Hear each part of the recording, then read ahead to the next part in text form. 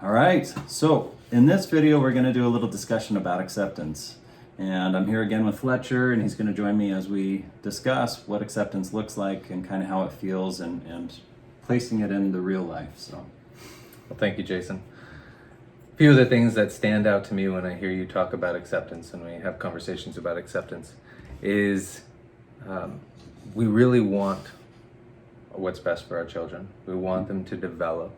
We want them to, we want them to come into their own and find themselves in their life and their self-expression. And when I hear you speak of acceptance, it seems so powerful. It's something that, having experienced it, having had mentors or people in my life to help model that for me to feel it, I have a sense of its power. So what always stands out to me when you talk about acceptance, when I hear our conversations about acceptance, is that we really want our children to grow, to develop, to learn to come into their own. Mm-hmm. And I feel like that's what always stands out to me about acceptance and the experience of acceptance in conversation and in using motivational parent skills with our children. I wonder what came to mind a lot as I was listening to this material this time through is some of the big areas where, or what may be most common, where parents tend to come up with questions or have a little bit of difficulty around acceptance, when to use it, because sometimes I think our habits are so ingrained around handling certain behavior, or our judgments can be so knee-jerk type of reactions. How do we begin to bring acceptance into those moments that, I guess, frankly, we may not even be aware of the opportunities? yeah. So I think there's a couple parts to the questions that you asked. One is, where's the most common traps? Mm-hmm. And we talk about those in the other video, of course, but one that we didn't necessarily hit on directly and we're cautious to talk about is when kids don't follow or meet our values. When we think that the way they're behaving is contrary to the way they should behave, right? Which is judgment. Mm-hmm. And so then, because it's not meeting our values, we become a bit more strong on the child and a bit more aggressive, or we become more manipulative and try to guilt them and try to shame them, instead of allowing them to be them and just having a conversation around it. So that's one area that can be really difficult for parents, is if my value system is a certain way and my child doesn't stand up to that value system. At least I perceive that. So that might be an area that gets hard for parents. The other area is oftentimes when we're frustrated or angry, or we're adding that judgment that you're talking about. So a lot of times when our children annoy us for whatever reason it is, whether it's that we want them to behave a certain way, whether it's that we are frustrated with them, annoyed with them for the things that they're doing, right? Once we get annoyed, we get frustrated, we're not accepting the reality of where they're at and just being there, right? And allow the space for them to be in the emotion and feeling that they're at, and still loving them for, showing them love and compassion and all the things that we talk about. I think those are some of the big ones of where we're at. But so a lot of times, going to your second part of your question of, well, what do we do in those moments? So a lot of times, whenever you feel that you kind of all of a sudden start butting heads with your child, and you feel this frustration or anger rising in you, and you feel that reaction coming, that's normally because we may not be accepting the situation or the reality of what our child's going through. And it might be a good spot for us to stop, try to have that more empathy about what is happening with our child. Where are they at? What's going on that's driving this emotion or this behavior that's coming from our child? And then how do we re-engage with it? Using the oars, using open-ended questions and reflections, and just be there in that space. Because we've all had moments where we've been angry or frustrated. And so if we can accept that's where a child's at, then we can just be okay with it. We don't have to react. We don't have to get frustrated, angry. this all makes a lot of sense. I realize as I'm imagining some parents out there and some of the questions that have come up in me as I've learned and practiced acceptance. In some situations, it seems fairly obvious, like, okay, I can readily accept that acceptance would work well in this situation. I may feel a little bit more calm also in those moments and less reactive and willing to give it a try. And then there's other situations that are may come with a greater intensity, where it also could bring about maybe a skepticism that it would even work. Like, how do I know that this thing, this acceptance, when really what I want to do is control this behavior in a particular way? Right. And so how do I know that this softer, or seemingly, that's kind of a judgment, perhaps softer approach, or doing something such as acceptance will get what I want? Yeah. So 3 thoughts to that. One is an analogy. Thinking about, like, often I think about acceptance as like fertile ground, right? It's really rich, it's got all the nutrients in it, and plants are going to thrive in it. Acceptance is like that for humans, right? When we have ground that we have a space where acceptance is being applied to us, it's kind of like that fertile ground. When we come in and we try to control the behavior, we try to control the person, it's a lot like really hard ground with zero fertility or zero nutrients in it, right? Like that really hard clay that plants just don't thrive in. And what's happening here is when we go to control, if you ever think about it, what happens to you specifically when someone comes in and tries to control your behavior, tries to control the way you think, try to control anything you're doing, right? Or the way you're saying things? I do almost the first thing inside is push away, get away. Right. It's not that fertile ground, right? It's a place that locks people up. They shut down. And if you think about the relationship of a child with a parent, right? This is like one of the first places we grow up wanting to connect with someone. This is one of the most important people in our life when we're a child, is our parent. And so when we're sitting there and we have a parent that's coming across really controlling and strong and trying to control our behavior and our thoughts, it starts making you feel shut down and start not liking yourself, right? Because here it is, this person that you look up to so much is either shaming or guilting or being angry and driving fear on something that's just a part of who you are in that moment, right? So I'm hearing you say that not only will push away, but in fact, yeah, I can recognize this in self, is to begin to then actually turn on oneself. Right. Because this part, obviously unacceptable. Something Right. about me is unacceptable. Right. And so then I'm going to do everything I can to get rid of that part or shut it down, or Right.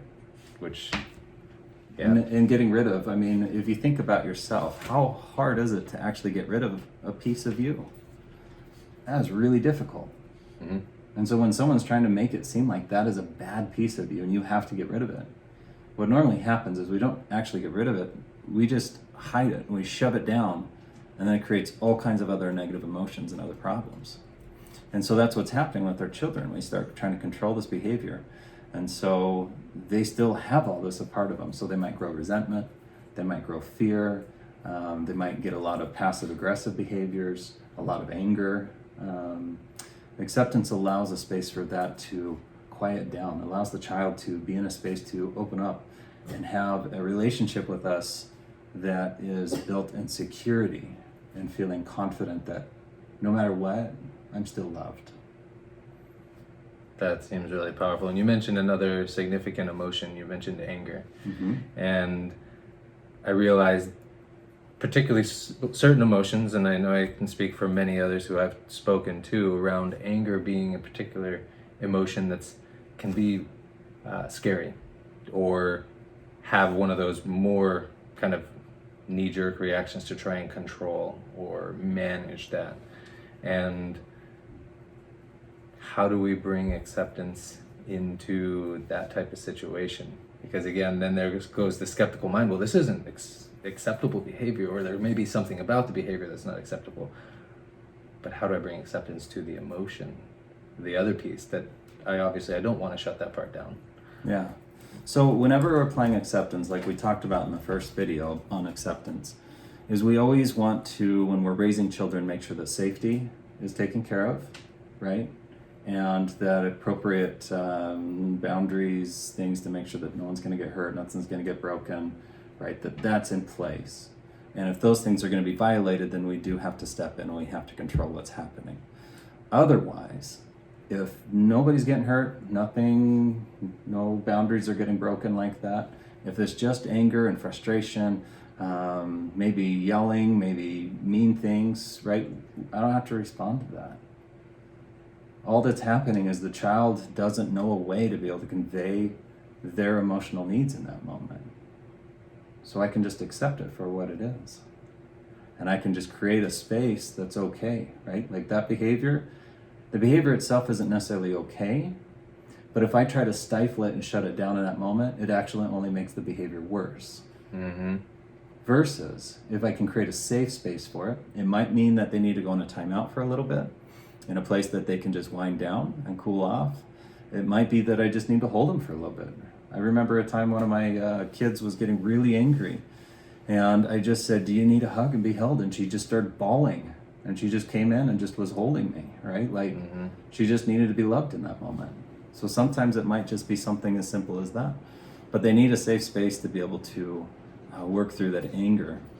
And if we're not accepting it, right, and we try to control that anger, it can make everything get a lot worse.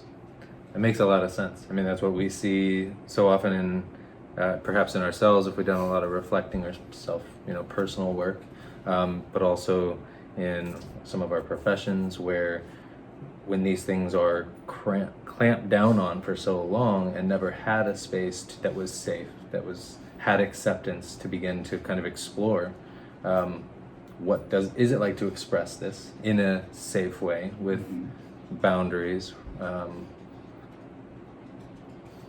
then we never come to really know that part of ourselves. And then it will just wreak havoc when the lid pops and it comes out and maybe sabotages a situation in our life. And I see how this applies to our children. If what we want for them is to development into their own growth. Right. Another question that comes to mind. I want to touch on one other thing to highlight something, right? Because the fear often happens here with parents is that, oh my gosh, my kid cannot behave that way though. I have to stop it. Well, you trying to stop it actually can make things worse, right? Because the kid learns that that's a way to get a reaction out of you, and then they're going to push more in that way. It's more about getting the space, accepting them, being there for them. If they need time to just breathe before they can calm down, great. Yes, we will address the behavior later if they're yelling and screaming and doing things that are inappropriate. But trying to address it right there in the moment and trying to control it actually can make things worse. So yes, we will address it later, but we'll address it in a way to be curious and discover it, right? Still accepting who they are and where they're at and how their emotion inside created a space where they got that angry, but still loving them and accepting them, but just creating a better space later. When we can communicate better about it, we'll do it then. Yeah, that makes a lot of sense. There was something else you mentioned that just came back, triggered by something you were just saying about giving attention to certain parts. And I remember this phrase, I don't know exactly where it came from, it wasn't exactly what you said, but what we feed grows. What we pay attention to grows. Can you say a little bit more about that and kind of within this context and with acceptance? Yeah, it just goes back to, there's some studies on this about paying attention to our strengths versus our weaknesses. Right. I remember there was a guy, I honestly don't know if this is true. A guy told me this one time.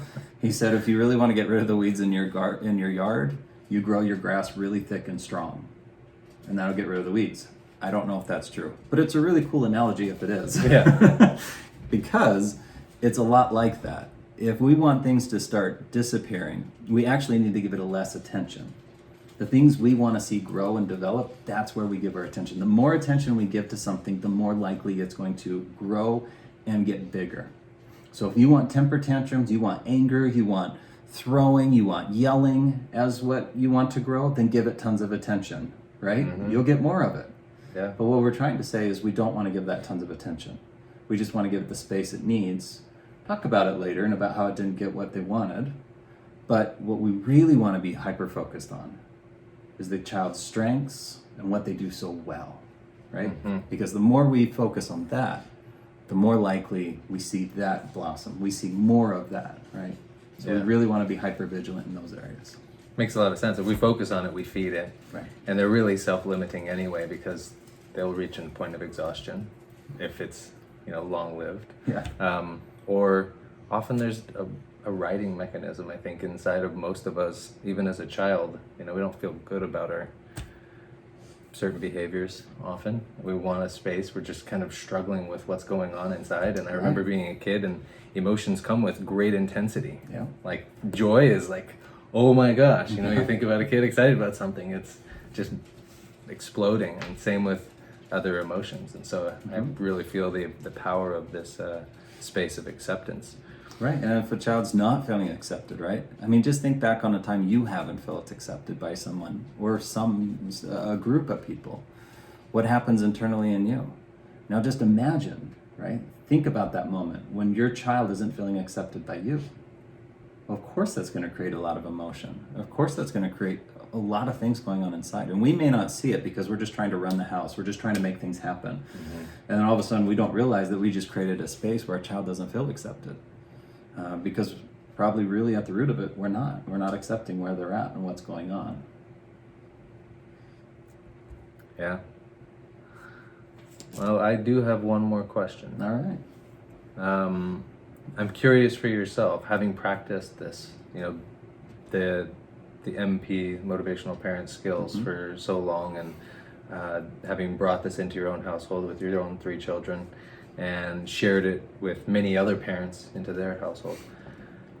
Where do you find, I guess, how in your day-to-day life do you catch yourself still needing to apply acceptance? And how do you come back to grounding yourself in moments where things might, I guess, what are the circumstances that might get you to a spot where you're like, oh, almost went over and didn't quite practice it, and then how do you come back to? Well, sure. I mean, we're all human. We all make mistakes, and we all have our flaws. A few scenarios run through my mind right now, but I think the one that runs through my mind right now is the most recent one. Is I was cooking dinner, and I have 3 kids, as I think I've mentioned before. And my youngest was trying to do spelling and math, and the other 2 kids needed my attention too. I had more things I had to get done that night, right? So the pressures of the evening, of everything you got to get done. She's getting overwhelmed, doesn't understand what she's supposed to do with homework, starts getting upset and emotional. I'm trying to help her, still trying to get dinner done. And then I'm trying to give her some instructions on how to do something. It overwhelms her, and she just starts bawling, right? Getting upset. So my knee-jerk reaction is, because I have only so much time, is, oh my gosh, just stop crying and get your homework done, right? Mm-hmm. I lost acceptance. I just needed her to be some kind of machine and just drill this out, right? Yeah. And then all I saw is more shutdown. And I just went, oh, snap. I totally forgot to apply acceptance here, right? So then I could see what was going on with her, right? Yeah. Being overwhelmed, not understanding what's going on. I'm trying to give instructions that she doesn't even understand the basics of what she's supposed to be doing on this homework assignment. So my instructions are confusing her more because I'm not even finding out what exactly she does need. I'm just telling her, hey, do this and this is how you do it. And she's just like, oh. So then we just stopped and I said, okay, do you need what's going on? Would you like a break? Let's take a breath for a moment, right? And so allowed her to calm down, allowed her the space to feel the emotion she felt and discuss it. And then asked what she wanted to do from there and kind of had a discussion around that.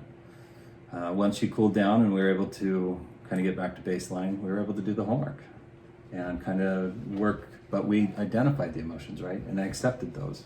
Gave her a big hug, showed her that I loved her no matter what, right? Mm-hmm. And that changed the whole flavor of what happened the rest of the night. Yeah, thank you for sharing. Mm-hmm. So I hear, the application coming back to acceptance, and also the use of some of the other skills that we talk about in other videos as well, to help remediate and come back into that relationship, the partnership, the acceptance. Right. All of it comes into play. Just like we're going to talk about in the other videos of compassion evocation, right? I'm using partnership, I'm using acceptance, I'm using compassion, I'm using evocation. But that acceptance piece, if I lose that, it goes right back to that hard, non-nutrient ground. Nothing can grow there. As soon as I lose that acceptance, it creates harder, bigger problems. When I apply the acceptance, it's like applying that fertile ground to plants, right? With our children, it's allowing the place for them to grow, to learn, to be in their emotion, to be who they are, and allows us to guide and be there with them instead of a force against whatever it is that's going on inside. Yeah, that makes a lot of sense. The human factor, Yes. keeping the relationship at the fore. Yeah. Because here's the reality, right?